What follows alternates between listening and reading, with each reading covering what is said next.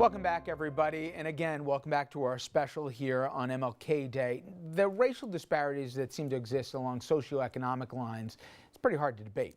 Average household income of whites is 56% larger than that of African Americans and 39% larger than that of Hispanics. Median white family holds nearly 20 times more assets than the median black family and 74 times more assets than the median Hispanic family.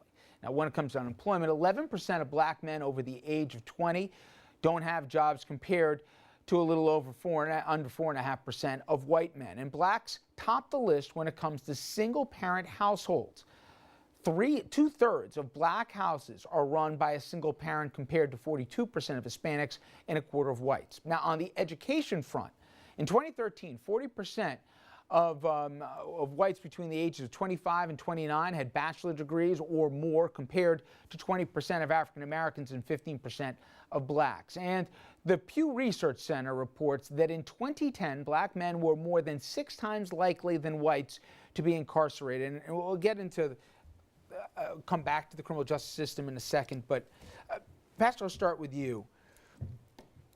Listen, across the board, the two-parent household is down from where it was a generation, and particularly 2 generations ago. It's a societal to a degree, but it's especially pronounced in the black community when you look across the board.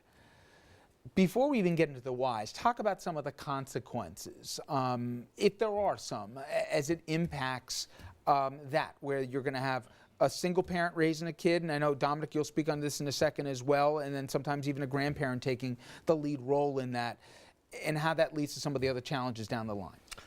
It's a great question. The first thing I want to say about that is that the strength of a family is not necessarily connected to the number of people who are leading that family.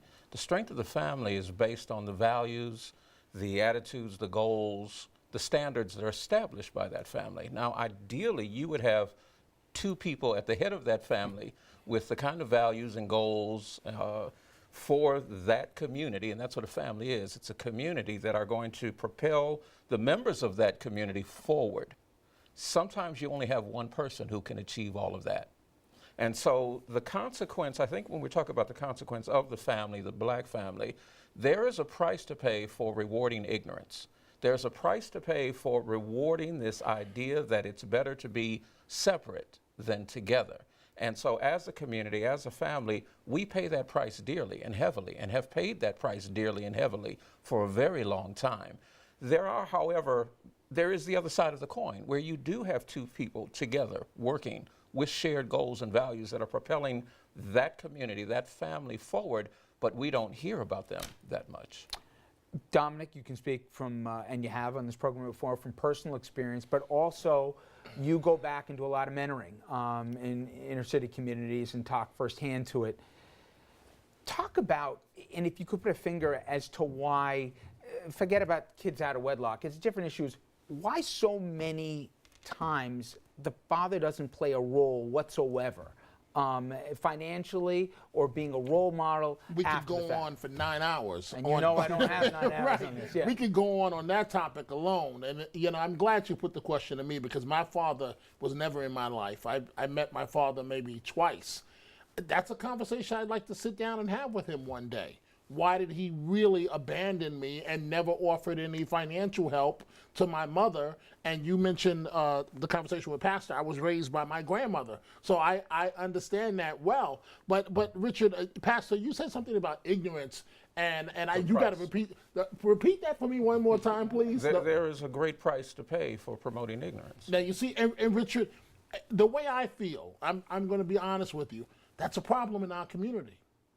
We have rap music, twisting. I'm not knocking the rappers, but twisting everything.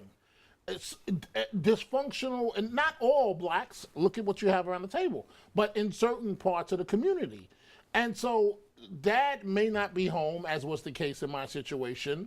Mom may be dealing with her issues, and she's struggling to survive. And you have rap music stepping in, you have the videos, you have all of this nonsense, you have where it's more cool to go to jail, frankly, than to go to college. That's the way it is where I grew up at, and the Throgs Neck houses and the Patterson houses. So we need mentors like this. And that's why I keep coming back to the chief, but that's why it sends a strong message to the black community when we can see someone with all those bars on his shoulders standing there addressing the community. You know, simple math is, it's hard nowadays, unless you got two incomes, to support all the attendant costs, where it used to be a generation, 2 generations ago, one income could do it. And that's across the board. It's, from your perspective, you've heard what both the guys had to say. What's your take on it? I think that many black women can least afford, as was pointed out, financially to be in that situation. You know, it's a choice, it's a tough choice. Can you afford, and I say this in my classes, my gender justice classes, can you afford that level of freedom? Can you afford that divorce? Can you afford it and still raise your children? Don't have more children than you can afford to take care of by yourself, even if you're in a marriage.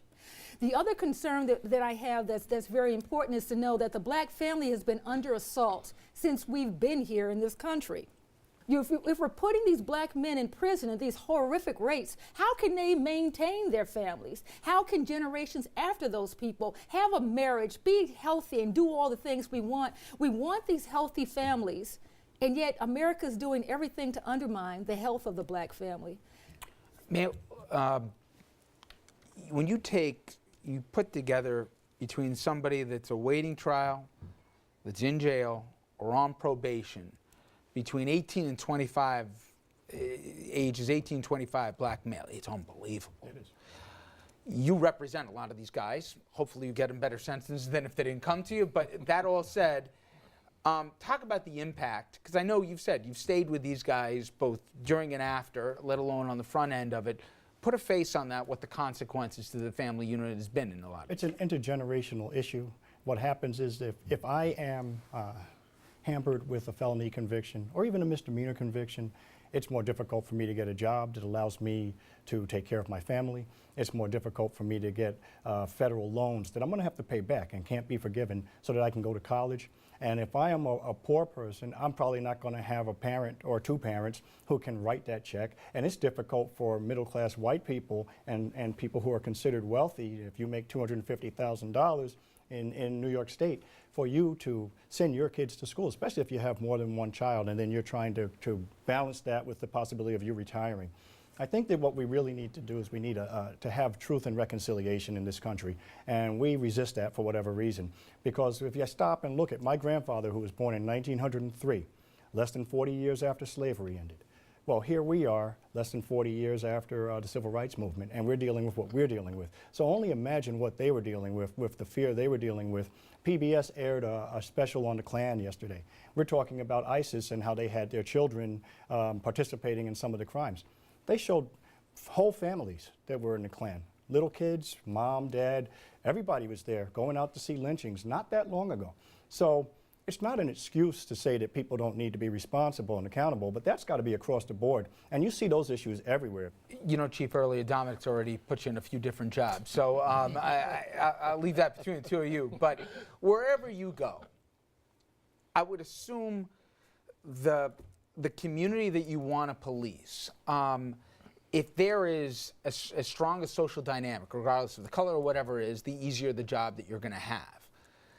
If you can wave a wand and say, if I could just have this be better, what would it be from the stuff we've been talking about? Is it send them to college? Is it trying to keep the family units together more? What is it? Well, from a personal perspective, that single household is something that's always bothered me, because I've always thought that was the start to the solution. I make no bones about it. If my father was not in my life, there is no ifs and buts about it that I would not have taken the path that I would have taken, and I would have had a much harder road.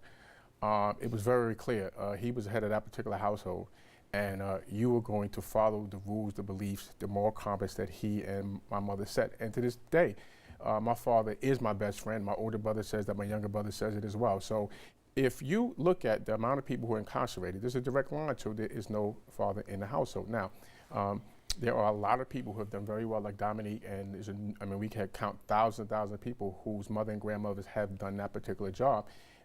It's a difficult job. And I would say that the law averages say that that is the exception, that's certainly not the rule. So looking back to those social services, I would probably say that is the bigger one, either having that man in that household, or, and I would even say having someone who is going to touch that young man and show him how to be a man. And that could be an uncle, that could be a next door neighbor, that could be something, and that makes our job a lot difficult. When we come back, the civil rights battle in America, it's taken on a different face in many respects compared to how things were 50 years ago. Is there a generational gap in appreciating all the huge sacrifices that went before, and what are the messages still and the inequality still 50 years later? We're going to get into that conversation after that.